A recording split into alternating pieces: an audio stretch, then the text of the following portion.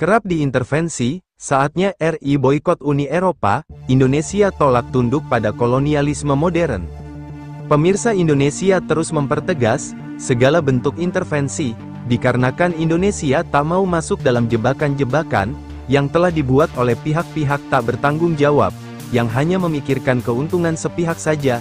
Untuk itu kita harus memperkuat barisan kita, menjalin kerukunan sesama bangsa. Tentunya asing-asing itu akan berpikir dua kali, jika harus macam-macam dengan Indonesia.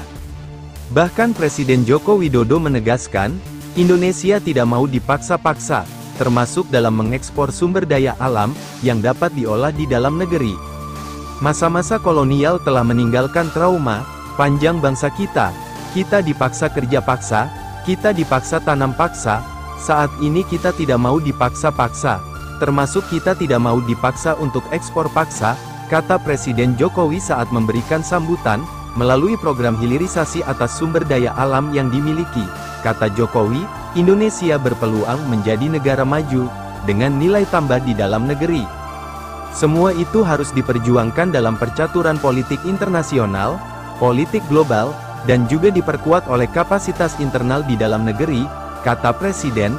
Semangat memperjuangkan kepentingan kemanusiaan, kepentingan kemajuan, dan kedaulatan bangsa, kata dia, semakin relevan di dunia yang penuh dengan disrupsi, apalagi dampak pandemi belum selesai.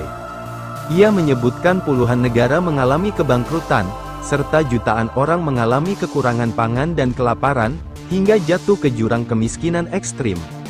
Indonesia bersyukur berkat kerja keras kita semuanya, termasuk alumni UGM, pertumbuhan ekonomi berada di kisaran 5,7%. Di kuartal ketiga 2022 inflasi juga sangat terjaga, harga pangan dan energi juga masih terkendali.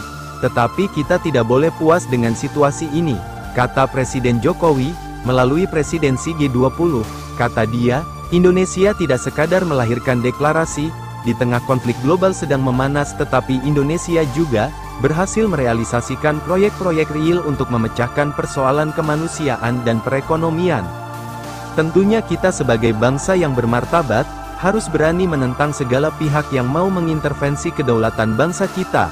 Bahkan kali Presiden terpilih Prabowo Subianto, menegaskan akan melanjutkan program hilirisasi industri, dan dirinya akan memperluas skala hilirisasi, sehingga Indonesia akan menjadi negara industri yang maju, dan bisa memberi kemakmuran bagi seluruh aspek bangsa.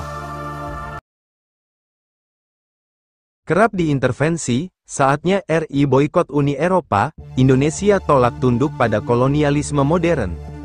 Pemirsa, Indonesia terus mempertegas, segala bentuk intervensi, dikarenakan Indonesia tak mau masuk dalam jebakan-jebakan, yang telah dibuat oleh pihak-pihak tak bertanggung jawab, yang hanya memikirkan keuntungan sepihak saja. Untuk itu kita harus memperkuat barisan kita, menjalin kerukunan sesama bangsa. Tentunya asing-asing itu akan berpikir dua kali, jika harus macam-macam dengan Indonesia. Bahkan Presiden Joko Widodo menegaskan, Indonesia tidak mau dipaksa-paksa, termasuk dalam mengekspor sumber daya alam, yang dapat diolah di dalam negeri. Masa-masa kolonial telah meninggalkan trauma panjang bangsa kita. Kita dipaksa kerja paksa, kita dipaksa tanam paksa. Saat ini kita tidak mau dipaksa-paksa, termasuk kita tidak mau dipaksa untuk ekspor paksa, kata Presiden Jokowi saat memberikan sambutan, melalui program hilirisasi atas sumber daya alam yang dimiliki. Kata Jokowi, Indonesia berpeluang menjadi negara maju, dengan nilai tambah di dalam negeri. Semua itu harus diperjuangkan dalam percaturan politik internasional, politik global, dan juga diperkuat oleh kapasitas internal di dalam negeri, kata Presiden. Semangat memperjuangkan kepentingan kemanusiaan, kepentingan kemajuan, dan kedaulatan bangsa, kata dia, semakin relevan di dunia yang penuh dengan disrupsi, apalagi dampak pandemi belum selesai.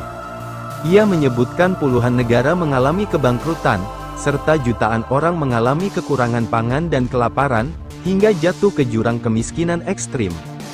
Indonesia bersyukur berkat kerja keras kita semuanya, termasuk alumni UGM, pertumbuhan ekonomi berada di kisaran 5,7%. Di kuartal ketiga 2022 inflasi juga sangat terjaga, harga pangan dan energi juga masih terkendali. Tetapi kita tidak boleh puas dengan situasi ini, kata Presiden Jokowi, melalui presidensi G20, kata dia, Indonesia tidak sekadar melahirkan deklarasi, di tengah konflik global sedang memanas tetapi Indonesia juga berhasil merealisasikan proyek-proyek real untuk memecahkan persoalan kemanusiaan dan perekonomian. Tentunya kita sebagai bangsa yang bermartabat, harus berani menentang segala pihak yang mau mengintervensi kedaulatan bangsa kita. Bahkan kali Presiden terpilih Prabowo Subianto, menegaskan akan melanjutkan program hilirisasi industri, dan dirinya akan memperluas skala hilirisasi, sehingga Indonesia akan menjadi negara industri yang maju, dan bisa memberi kemakmuran bagi seluruh aspek bangsa.